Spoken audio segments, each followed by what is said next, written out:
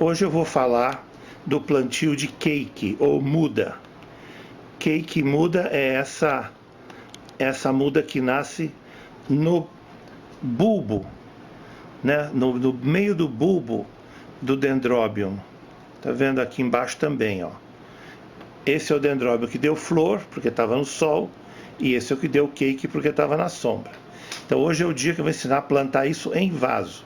Lembrando que plantar cake em árvore, eu já ensinei num outro vídeo meu aí para trás, tem tudo em detalhe. Mas antes de fazer uma surpresa, olha o que chegou, meus Denfal. Agora eu tenho material para fazer um vídeo para vocês, que vai ser o próximo depois desse que eu estava devendo. O próximo vai ser sobre Denfal, tudo sobre cultivo de Denfal. Tá aqui, ó, que bonito que eles são, ó. É bom porque quem não pode ter dendrobium porque é planta de frio, o Denfal é planta de calor. É bom para o Nordeste. Vamos ver. Então agora eu vou falar do cake. Esse é o dendrobium híbrido, que passou por vários cruzamentos com outras espécies, passou por vários melhoramentos de cruzamentos. Esse é o que a gente encontra para vender por aí. Você vê que o bulbo dele é bem grosso e ereto para cima, né? Então ele estava plantado no sol, quer dizer, ele estava com vaso no sol dentro da estufa, uma estufa bem clara, passou por estresse hídrico, quer dizer, ele passou por falta d'água no inverno antes da floração, e agora chegou nessa floração que está aqui. Esse aqui, que você vê aqui, é bem fininho, o bulbo dele é mais simples, mais alto, que é o que deu cake. Esse é o olho de boneca tradicional, é a forma selvagem. Então esse é o que dá no mato, né, que as pessoas pegaram lá na natureza e através de vários cruzamentos e melhoramentos chegaram no que está aqui, que é mais comercial, mais bonito, mais vendável. Vou mostrar uma foto da flor do olho de boneca. Eu já mostrei nos vídeos anteriores, mas vou pôr aqui rapidinho para vocês verem. Está aqui então a foto do olho de boneca, que é o dendróbio que se encontra na natureza. Essa é a forma dele selvagem, que é essa que está com cake aqui à minha direita. A partir deste que se faz os cruzamentos e os melhoramentos genéticos para se chegar no que está à esquerda, aquele rosa de bulbos grandes. Eu escrevi aqui a palavra cake, porque se vocês lerem em alguma revista, alguma coisa, a palavra cake é o nome havaiano que se dá e virou popular para o mundo inteiro a essa muda que nasce do bulbo. Aqui, ó. Tá vendo? Todos os bulbos que nascem isso aqui, o pessoal chama de cake, é uma mudinha. Quando nasce dentro do vaso aqui, já não é cake, é muda. Muda normal. A muda cake é esta aqui. A palavra cake não está restrita aos dendróbions. Também é usada para as mudas que nascem no Phalaenopsis. Às vezes na haste aqui nasce uma dessas mudinhas com raiz pendurada. Eu aqui nasce pouco, porque acho que o meu clima não favorece o ambiente que eu tenho, mas tem lugares que nasce bastante, bem aqui nessa unhazinha que está aqui. Então essa haste que nasce aqui, essa mudinha, você quando for plantar ela, você segue as mesmas regras que eu vou ensinar agora para o dendróbio. É a mesma coisa para plantar no vaso, tá? Então também chama-se cake. Então, é para Phalaenopsis e para dendróbio. Eu vou mostrar agora as fotos de uns dendróbios no sol e na sombra, para vocês entenderem como é que funciona, por que os no sol dá flor e o da sombra dá muda em vez de dar flor. Ó, essa foto foi feita na casa da minha prima. Ela plantou num tronco de yucca no jardim, e o dendróbio, olha como pegava sol, tá vendo as folhas no sol? Esse enchia de flor, tá vendo? Porque ele estava no sol. Passados 5 anos, as árvores em cima no jardim cresceram e passaram a fazer sombra nele. Então ele parou de dar flor e passou a dar muda. Tá vendo? Então é importante na hora de plantar pensar nisso. Não escolher um lugar que vai ser sombra daqui a alguns anos. Esse, por exemplo, eu plantei em Pirassununga, interior de São Paulo, na fazenda, onde o clima é excelente para dendróbio. Estava em pleno sol, uma árvore pequena, Quer dizer, pegava, não é que o sol pega direto, é o sol filtrado, né? Porque senão queima muito as folhas. O sol pegava de lado e ele ficou lindo, ó, cheio de flores. Aí com o tempo a árvore foi crescendo, a árvore foi fazendo sombra e ele passou a dar muda. À medida que então a árvore passou a fazer uma copa em cima, ele passou a ter menos luz, então ele parou de dar flor. Passou por uma época sem flor. Ó, e no final, então quando já tinha muita umidade no local, vocês podem ver por esse musgo aqui, e a sombra, ele ficou com os bulbos longos e os cakes começaram a nascer aqui. E mais nada de flor. Então é importante quando vocês plantarem um dendróbio, se vocês querem que ele dê flor para sempre, escolham um lugar que no futuro não vai ser coberto pela vegetação. Aqui, por exemplo, é uma dracena, aquela de folhinha fina, tá vendo aqui, ó? Essa não faz muita sombra. Ela dá um sol filtrado, que é o que ele precisa. Então eu já plantei nela de propósito. Isso aqui é um dendróbio lodigese, não é o nobre, não é o olho de boneca, é um parente. Clima igual, tudo igual, só que é uma espécie pura. Essa é a forma do mato mesmo. Muito bonito. Então esse, por exemplo, nunca vai ter o perigo de ser coberto pela copa das árvores. Ó, aqui é a mesma coisa. A mesma dracena, que não faz sombra. Tá tudo cheio de flor.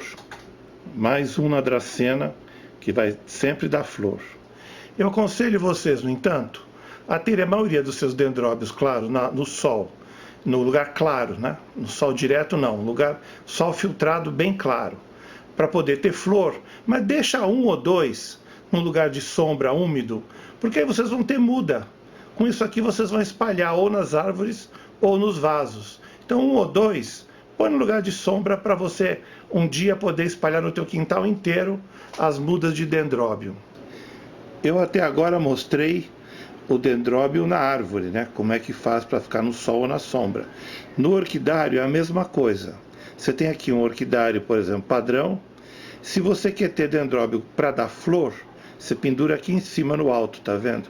Bem perto da tela, onde ele vai pegar todo o espectro da luz do sol o dia todo, sem sombra, né? Com luz bem forte em cima dele. Então essa linha aqui no alto seria o ideal para você pendurar um dendróbio se você espera que ele dê bastante flor. Agora, se você quer muda, aí você põe ele aqui embaixo, onde tem menos sol, mais sombra, mais úmido, tem a umidade que evapora do chão, dá sempre aquele arzinho cheio de limo, de umidade, é aqui que ele vai dar muda. Então aqui no sol é flor, aqui embaixo na sombra é muda. Caso você não tenha orquidário e plante as suas orquídeas numa varanda, então, infelizmente, você vai ter poucas horas de sol por dia. Não é ideal, porque aqui quando o sol virar para cá, vai ter essa parede, mesmo que você esteja com face norte, né, que o sol passa bastante, sempre tem uma parede de um lado ou de outro atrapalhando, mas sempre bate algumas horas de sol direto por dia, e aí você vai ter, é possível que você consiga uma boa floração. Lembra que quando o sol bate diretamente na folha, ele queima. Então é importante que você tenha um sombrite, eu vou mostrar mais adiante, para proteger. Esse aqui é bem fraquinho, de 30. Então se você quer ter flor, você põe seu dendróbio bem na frente da varanda, onde ele vai pegar bastante luz. Já os de trás, onde está a Phalaenopsis, uma luz mais fraca, você vai ter muda.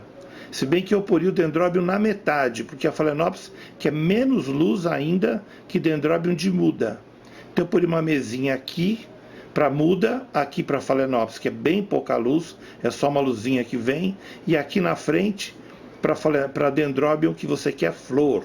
Ó, aqui vocês veem mais de perto como é que ele fica na beira da varanda, e aqui vocês veem essa proteção de sombrite. Quer dizer, quando é inverno, o sol está fraquinho, pega pouco, pode até enrolar o sombrite lá para cima, como uma cortina.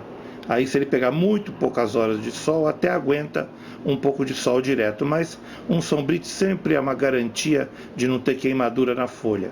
Esse, vocês reparam, é um sombrite de malha bem aberta, você vê a paisagem lá fora muito bem, né? Então deve ser uns 20% a 30%. Eu chutaria 30%. Aqui tem um dendróbio, tá vendo? Ó? E ele dá flor. Quer dizer, apesar de estar no canto aqui, só a luz que ele pega, protegida pelo sombrite, para não queimar. Você vê que as folhas estão verdinhas, não estão queimadas.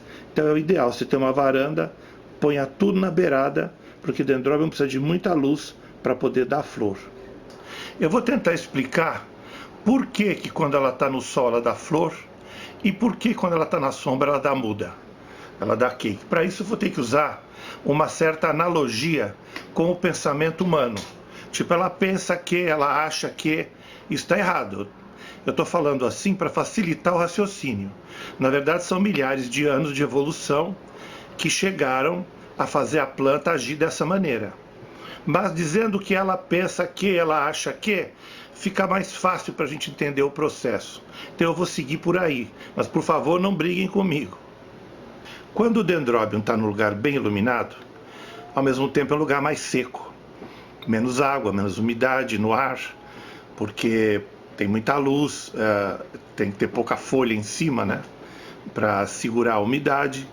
Então ele está num lugar que é bom, mas não é perfeito, não é ideal. Porque ele gostaria de estar num lugar mais úmido, com mais alimento, mais adubo, menos vento, um sol mais fraquinho para não ser tão escaldante. Então o que ele faz? Ele, em vez dele fazer muda para aumentar o tamanho da toceira lá naquele lugar, ele resolve fazer flor, porque a flor vai dar semente, e a semente vai espalhar os filhos dele para longe, né? Com o vento, que eu vou mostrar as sementes daqui a pouco. Então o que acontece? Tem gente que dá aquele estresse hídrico que a gente fala, que para de regar ele alguns meses antes da floração, para dar mais medo nele ainda. Quer dizer, ele toma o tal do susto, que eu falei no vídeo anterior. Ele fala, bom, agora eu vou morrer, porque estou sem água, com muito sol, aí não vai. Então o que ele faz? Ele canaliza a energia dele, que estaria para fazer raiz, para aumentar a folha, para crescer naquele lugar, para dar mais flor, para poder fazer bastante filho, mandar os filhos para longe, e quando ele morrer, pelo menos ele deixou na terra uma descendência grande. Esse é o raciocínio que milhares de anos de evolução fizeram nas plantas, principalmente no dendróbio. Aí o que acontece? Por quê? Como é que funciona a flor? Então a flor, vamos pegar uma aqui que seja mais fácil, essa aqui, vá. Ela é polinizada pela abelha. Eu tenho um vídeo que mostra como é que a abelha entra, poliniza por aqui, certinho. Aí depois que polinizou, ele vai, digamos, a flor vai ficar grávida, vamos dizer assim. Ela vai estar fazendo uma cápsula de semente. A cápsula é aqui, ó. É nesse cabinho aqui, ó. Cabinho da flor, ó. Aqui é o ovário, é aqui que está onde vai ser as sementes. Deixa eu ver se dá para ver bem, ó, tá vendo? Isso aqui vai inchar e vai fazer uma bola. A flor vai murchar, porque ela já cumpriu o papel dela, que é atrair com a beleza dela e o tamanho uma abelha, que vai pousar aqui, que é uma espécie de aeroporto, vai entrar lá dentro, está naquele vídeo em detalhe. Quando polinizar, isso aqui vai engordar. Eu vou mostrar então como é que funciona a cápsula para vocês entenderem. Aqui vocês podem ver, é uma Cattleya nobilior. Eu não tenho foto de dendróbio com cápsula, mas é mais ou menos a mesma coisa. Toda orquídea é igual em cápsula, quase toda. Então aqui você vê, por exemplo, o cabo da flor, e essa coisa aqui murcha era a flor. Já está murchando, tá vendo? Então o cabinho dela começa a engordar e formar a cápsula, porque a abelha veio, polinizou, ou então a pessoa manualmente polinizou, como está lá no vídeo que eu ensino, começa a formar então a cápsula de sementes, que é bem aqui no cabinho da flor. Aí passa um tempo, a cápsula vai engordando, a flor murcha completamente, fica esse restinho que está aqui. Tem gente que corta, tem gente que deixa. Acha que se cortar pode entrar doença, tem gente que deixa secar por si. Mas ela vai engordando e vai se enchendo de semente.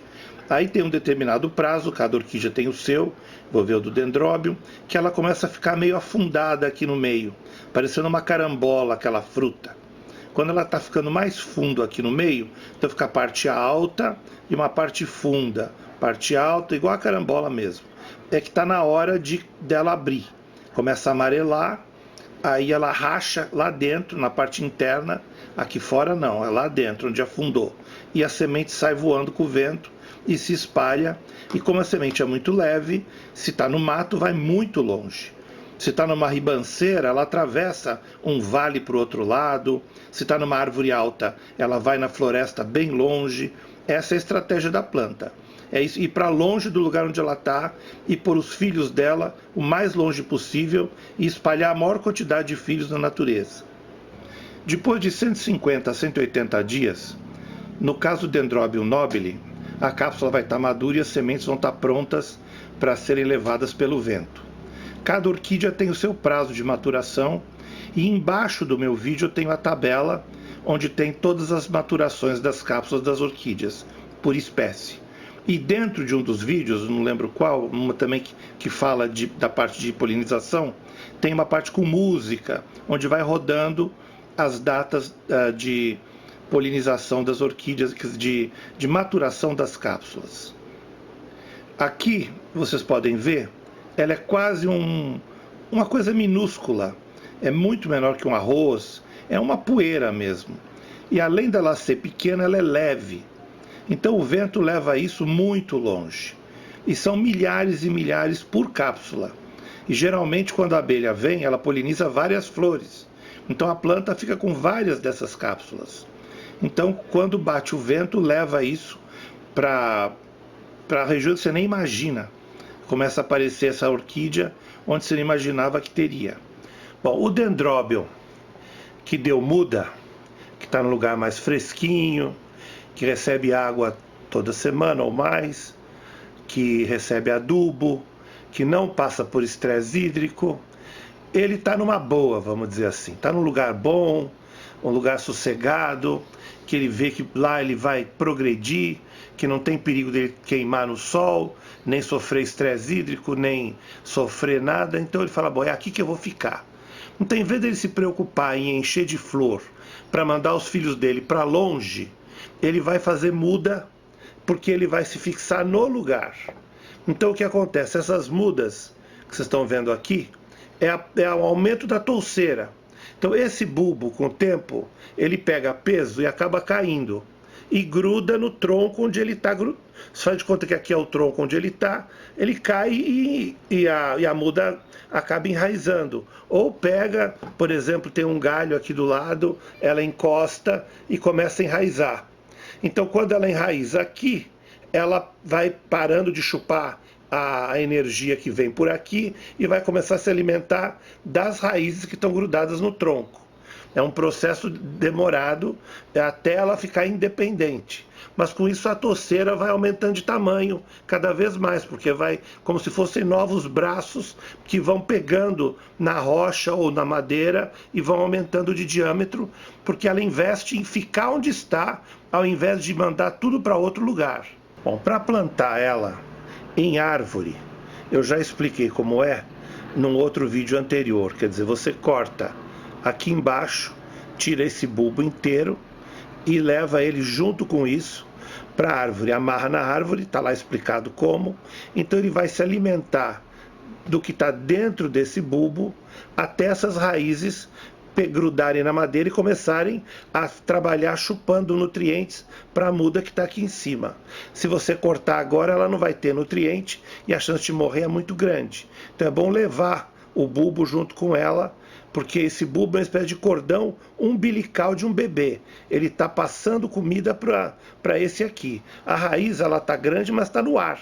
Ela só recebe a água quando você rega a planta, aí cai água aqui, ela até chupa, mas os nutrientes não tem. Nutrientes vêm todos daqui para ela. Então se você cortar isso aqui fora, muita gente também tirar isso aqui para plantar. A chance disso aqui morrer é muito grande, porque ele vai de repente parar de receber alimento. Se alguém um dia destacar a muda do bulbo, você vai ver que a ligação entre um e outro é grossa. É uma passagem grande, porque está indo muita seiva para lá. Quer dizer, na hora que você corta isso fora, a quantidade de seiva que ela vai deixar de receber é grande. Então eu não recomendo que corte, que espere. Então agora, como eu já ensinei em outro vídeo como faz em árvore, eu vou ensinar nesse como se faz em vaso, para plantar em vaso. Existem várias opções de se plantar cake em vaso.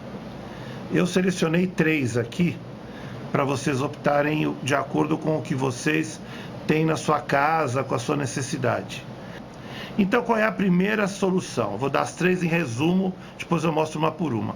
A primeira é você colocar o cake no vaso. Eu vou mostrar, plantar ele direitinho e deixar ele preso na planta ao lado. Então ele vai ficar do lado aqui plantado e grudado na planta mãe. Se você tiver lugar para deixar os dois, deixa. Depois que ele pegar, estiver bem firme, estiver brotando, a raiz começar a crescer lá dentro, aí você corta aqui e separa os dois. A segunda opção é fazer a mesma coisa e já cortar de cara. Você tem que dar para alguém, levar para outro lugar, você corta. Ele vai demorar mais para enraizar, porque ele vai ter menos seiva indo para ele, mas ainda vai ter alimento aqui dentro deste bulbo. Até o bulbo ir secando, secando, secando, e ele vai engordando. Aí ele vai pegando força na raiz e vai abandonando o alimento que está aqui dentro. Aí você, quando ele estiver bem pego, corta isso aqui fora, a ponta que você deixou fora. Então, a segunda opção. E a terceira é pegar uma bola de musgo. Antigamente o pessoal usava pedacinho de xaxim, fazia um sanduíche assim. A gente não tem mais xaxim. Pega uma bolinha de musgo, põe aqui sem o vaso. Deixa ele no musgo. Quando começar a sair a raiz para fora, aí você corta e planta, porque aí ela já está pega. Então vamos então para a primeira opção, que é plantar ele preso, serve igual solto, a mesma coisa. A grossura do pseudobulbo também influencia bastante. Este, por exemplo, é o híbrido, que já fizeram para ser grosso, ficar reto para cima, não tombar, fica mais vendável, né? Mais comercial, baixinho, é bem o que o mercado quer. Então eles foram, através dos anos, das décadas, né? evoluindo com cruzamentos selecionados para chegar no que está aqui. Então esse aqui você vê a grossura. Vamos comparar ele com um aqui. Este aqui, por exemplo, que é o que eu mostrei, olha a diferença, tá vendo? Esse de cá é o selvagem, é o olho de boneca comum, e esse é o híbrido. Aí você vê como eles fazem. Então, o que funciona para esse, às vezes não funciona com esse. Por exemplo, este aqui é difícil arquear, porque ele é muito duro, né? Às vezes é importante cortar. Agora, por outro lado, essa aqui dá poucos bulbos, né? Esses híbridos, olha aqui. Você vai começar a cortar fora para levar o cake embora, é complicado, porque você acaba ficando sem a planta mãe. Então, talvez uma opção para esse é o do musgo na raiz até ela ficar independente, que eu vou mostrar em seguida, uma por uma. Tá bom? Então, vocês pensem antes de fazer, de acordo com a planta, qual é o método mais prático para cada uma. No método de deixar assim envergado, eu prefiro usar vaso de barro, porque o vaso de barro é pesado e não sobe. Se você usa um vaso de plástico, não tem um pequeno, mas isso é como exemplo, você põe no plástico, ele sobe com o peso da planta, entendeu? Mas se você quiser usar o vaso de plástico, então eu vou ver agora os tipos de drenagem que vão lá dentro. As principais drenagens que vão no fundo do vaso é a brita, que essa é a número 1, que é grandinha. A 0 é aquela bem pequenininha, que não tenho aqui. Aqui, ó, essa é a 0. A número 1 já é grandinha. Essa você põe no fundo do vaso. Eu gosto dessa para vaso de plástico, porque como ela é pesada, o vaso não sobe com a força do bulbo. Ainda mais se for um híbrido com bulbo grosso, que ele tenta subir. Se for em vaso de barro, aí tanto faz, porque o próprio vaso já tem o peso dele, né? Tem também o isopor, que você pode pôr no fundo, é o que está se usando hoje em dia. Né? Lembrando que o isopor, você tem que pegar o isopor, não esse de papelaria, que tá aquelas placas, que é muito mole. Ele acaba amassando e faz uma coisa que acaba tapando o furo do vaso, uma placa. É aquele isopor que vem com eletrodoméstico, aquelas coisas forrando o eletrodoméstico, vai quebrando com a mão, ele é bem duro, encontra na garagem do prédio, de outras pessoas, no lixo, você encontra de monte isso aqui. Então já vai guardando em casa, lava direitinho, guarda, porque isso aqui é o que você vai guardar para fazer a drenagem das suas plantas, que você não precisa de peso no vaso, que o próprio vaso é pesado. E tem a argila, que também é leve e também é prática para o fundo. Eu acho ela é a que menos drena, porque ela é muito redonda, sobra pouco espaço entre elas, mas também serve. É uma drenagem muito boa. Né? Vamos escolher aqui para o vaso de barro. Eu vou pôr a brita mesmo, porque no fundo fica bem pesado, não tem perigo. Então eu vou pôr aqui, você põe sempre 1/3, né, de drenagem.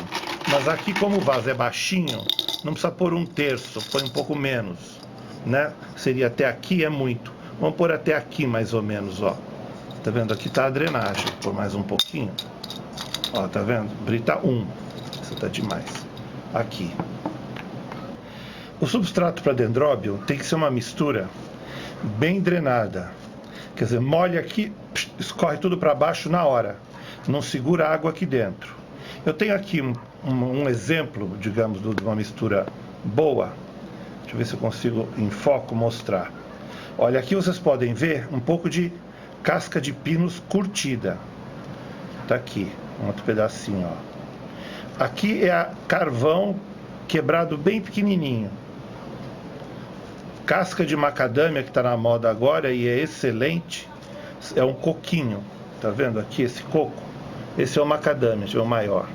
Tá vendo? Eles quebram ele em pedacinho. A vantagem da macadâmia é que aqui dentro dela, ela tem um resto que sobra da fruta e é peludo, parece um veludo aqui. Isso aqui segura água, é boa umidade para a planta. Então a macadâmia hoje em dia é muito boa e ela demora muito a apodrecer. Já o pinus apodrece mais rápido. Aí eu pus um pouco de musgo, né, o esfagno, e coloquei um pouco de pedrinha. Eu não estou com brita 0 aqui, então eu coloquei essa branca que eu tenho aqui sobrando. Agora eu vou mostrar um por um desses aqui, para vocês saberem o que é. Bom, a brita, vocês põem em torno de 30% a 40%. Essa grande é a brita 1, vocês não usam.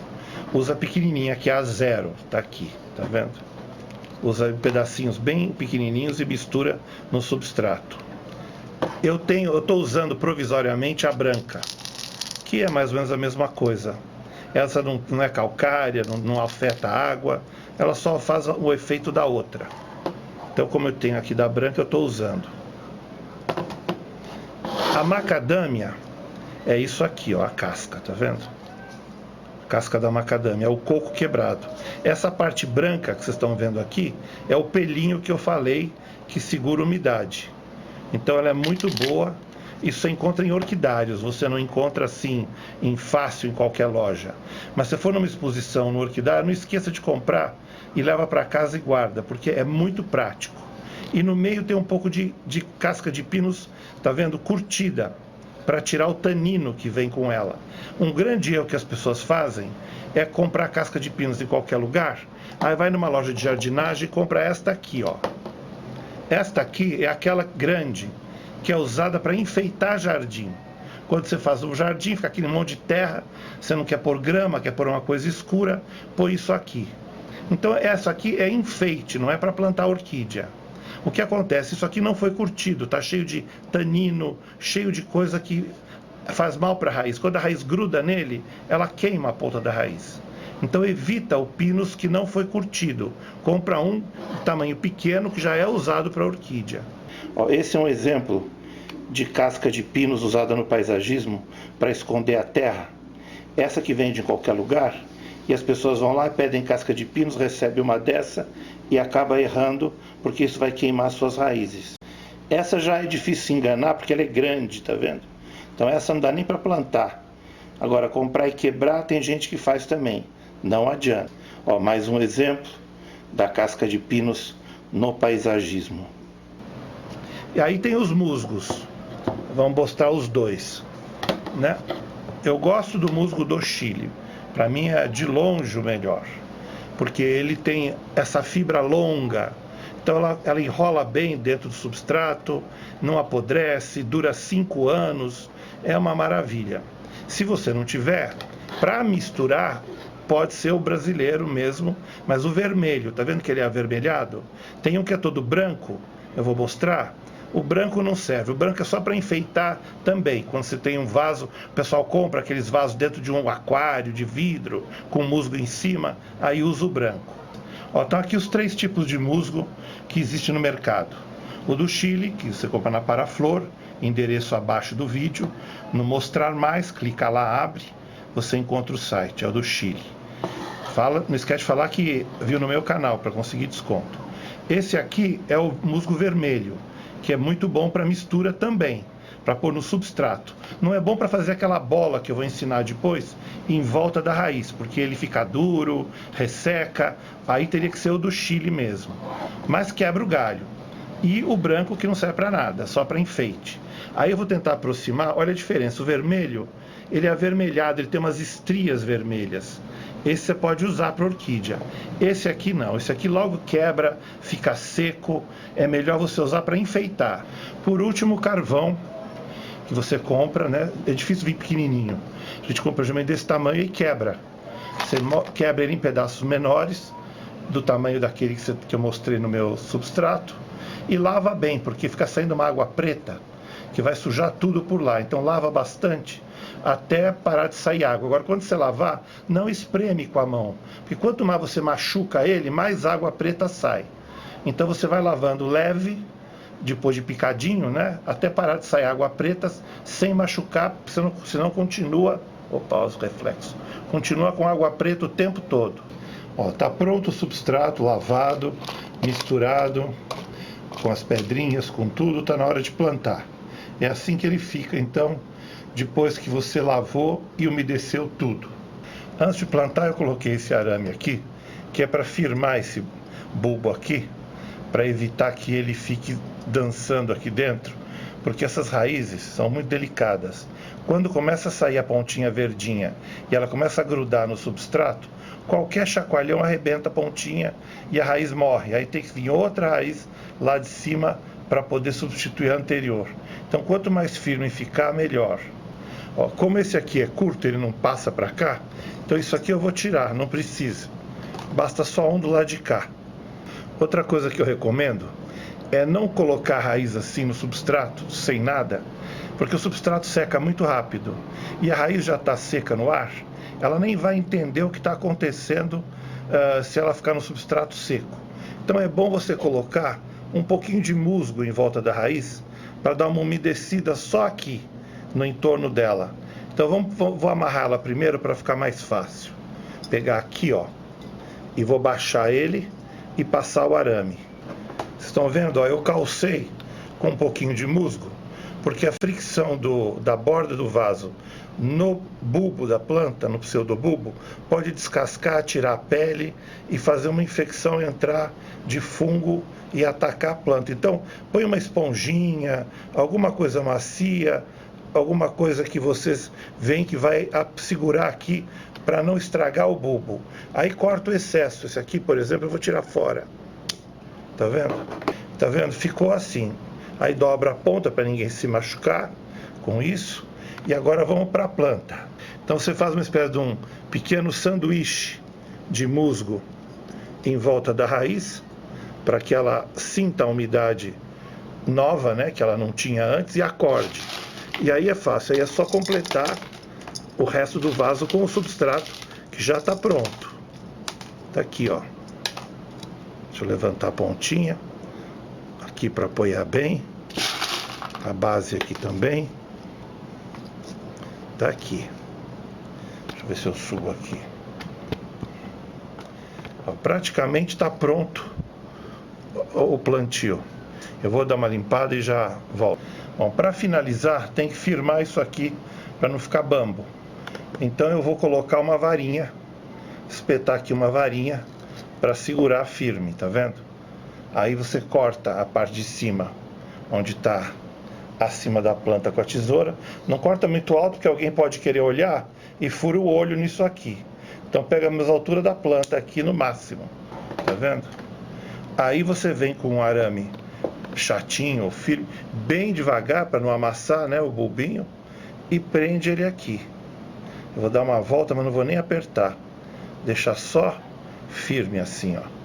Tá vendo? Então tá pronto aqui a plantação. Ele tá com a raiz lá dentro, tá firme. Se balançar vai ser pouco.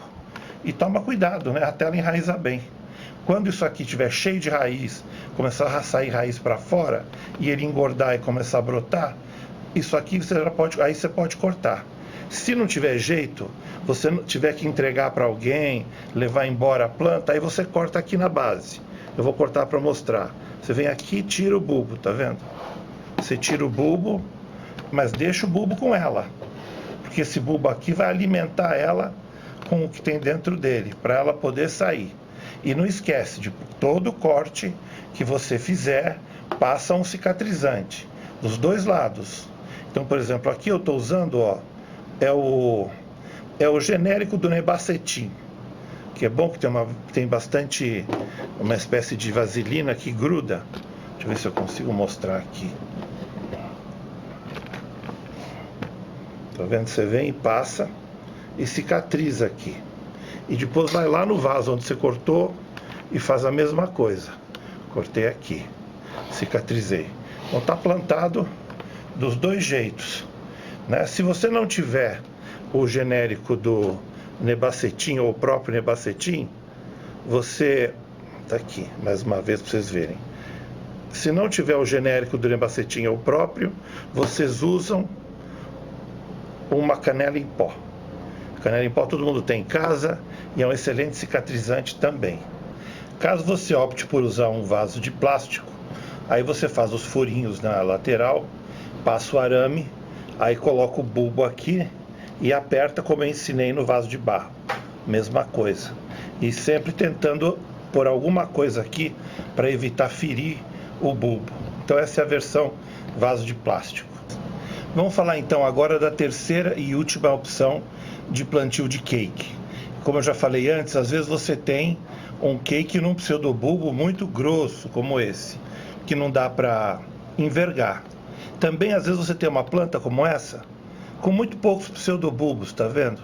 Ficar cortando fora para levar o cake, se nasce um cake aqui, cortar tudo isso fora é uma judiação. Então você não pode nem cortar nem torcer. Então o que sobra é cuidar do cake no lugar, até ele ficar grande, e aí você destaca. Então você precisa levar o substrato até ele. No caso eu não tenho aqui, eu vou ter que usar esse mesmo como exemplo. Embora ele seja fino, faz de conta que é um grosso.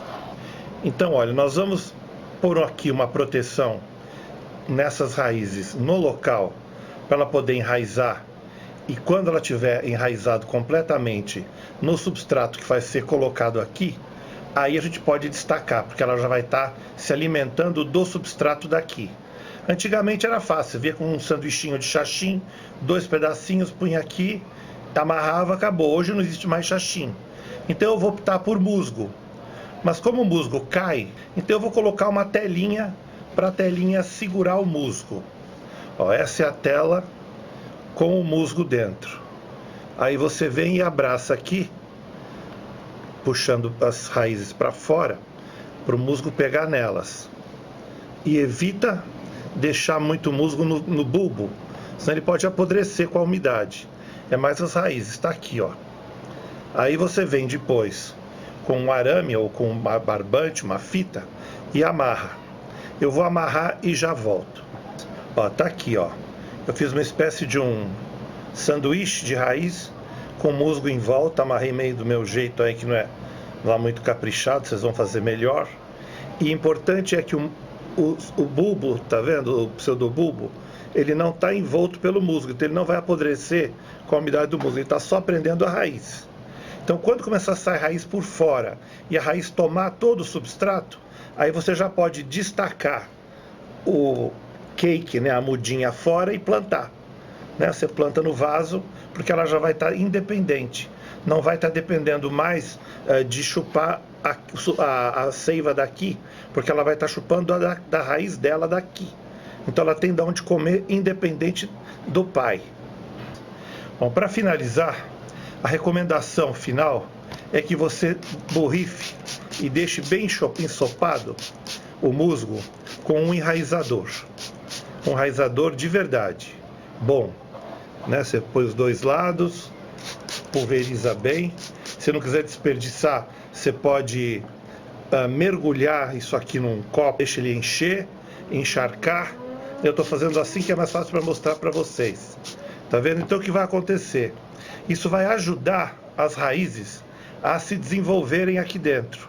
Ele vai receber esse enraizador, essa dose, e vai criar novas raízes, e a raiz que está aí dentro vai bifurcar.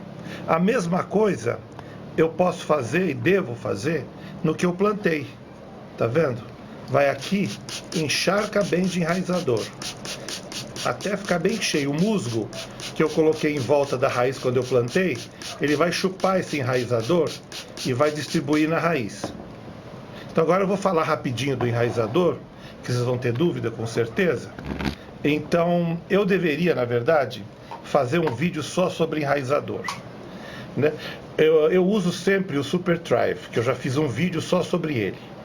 Esse aqui, além de ser enraizador, ele tem uma série de hormônios e produtos que fazem a planta crescer muito, se desenvolver rápido. Então é bom para a planta inteira, você usa sempre. No vídeo que eu faço sobre ele, está tudo explicado lá, dose, frequência, tudo. Um outro, se você não tem o Super Thrive, não está encontrando, eu recomendo o VitaGold. Esse você compra em qualquer pet shop. É vitamina B, que é praticamente o Super Thrive, é vitamina B mais hormônios. Esse é só vitamina B. Esse são 10 gotas por litro. Eu também falo dele em alguns vídeos meus. Você dissolve na água. Aqui, por exemplo, só esse pouquinho. Você põe aqui 2 gotas. Se quiser pôr 3 para ficar mais forte. E aplica. Esse aqui, como é só enraizador, não tem nada para fazer a planta crescer, a não ser fazer a raiz crescer, eu só uso uma vez, né? Quando planta, põe e acabou. Depois não põe mais, aí vai o adubo normal. E o melhor enraizador do mundo é o ácido indobutílico. É um pó, tá vendo? Ó, se alguém quiser pesquisar na internet, é ácido indobutírico o nome certo. Ele também existe na forma líquida, para pingar umas gotas e diluir. Eu acho que para orquídea a líquida é o melhor, porque os outros são pó para você mergulhar a raiz no pó, deixar ela, vamos dizer, empanada no pó, e aí ela se desenvolve. Você pode fazer isso com a orquídea também, ou então o líquido para poder regar esse musgo que está em volta da orquídea. Então tem as duas versões do ácido aí. Por que eu falo desses 3 enraizadores? Porque esses aqui é a base de hormônios e vitamina B. Esse aqui é praticamente só hormônio, esse é praticamente só vitamina B, e o Super Thrive tem os 2. Então o Super Thrive, como eu disse, você pode usar o ano inteiro, porque tem outras coisas boas para as plantas. Esses 2 é só para raiz, então você usa só quando planta. A vantagem desses aqui sobre os outros enraizadores que a gente vê no mercado, como o da Forte, etc., é que esse enraizador de verdade, quer dizer, a raiz, nasce onde não tem, e onde tem ela bifurca, ela abre em 2, abre em 3, eles fazem ela crescer e se ramificar, porque isso aqui é um hormônio que estimula a raiz a crescer e se bifurcar. Os outros que eles falam que são enraizadores, se você for ler na bula, ele vai falar, isso aqui é um suplemento, é um adubo, é um fertilizante, e é isso mesmo, é um adubo que existe dentro dele alguns micronutrientes que são bons para as raízes, faz elas crescerem. Mas a raiz que já existe, a raiz que não existe, ela não vai nascer quando você usa aqueles lá. Agora, esses aqui não. Infelizmente, o ácido indobutílico tem esse hormônio, às vezes é proibido, às vezes ele é liberado, é complicado a legislação dele, por isso que eu não fiz ainda um vídeo só sobre enraizadores, porque eu preciso falar dele, que é o mais importante, e eu preciso ter certeza que eu não estou indicando uma coisa ilegal, então eu preciso ver isso direito. Em todo caso, ele tem a venda bastante na internet, nas lojas não. As lojas de planta são de produtos agrícolas, de defensivos, não querem problema, então elas não vendem o ácido butílico. Mas na internet, aí você encontra, principalmente no Mercado Livre, você encontra muito dele. É o melhor que tem. Inclusive para estaca, você corta uma muda, um galho de uma árvore, você quer criar raiz naquele galho que você cortou, você aplica ele que vai nascer raiz ali. Então, para finalizar, é isso. Depois de você acabar, você aplica um desses 3 enraizadores. Esse aqui é mais difícil de achar. Eu recomendo, então, um desses 2. Né? Então, você aplica, se você tiver acesso a orquidário, esse. E, se não, você vai num pet shop e põe o VitaGold. 10 gotas por litro. E aí, ela vai, com certeza, desenvolver um bom enraizamento. E aí, quando a raizinha estiver grandinha, você destaca e põe no vaso. Então, é isso. Os 3 modos de se plantar muda de dendróbio cake em vaso. Lembrando que em árvore já tem um vídeo mais para trás que ensina isso em detalhe. Embaixo deste vídeo tem o lugar que vende musgo, tem o lugar que vende substrato já pronto, eles têm várias misturas, tem o lugar que vende a casca de macadâmia sozinha. É só ir naquele, está escrito mostrar mais. Você clica ali, vai abrir um babador para baixo assim, com todos os endereços, se você tiver alguma dúvida. Tá? Obrigado então. Próximo vídeo, Denfal.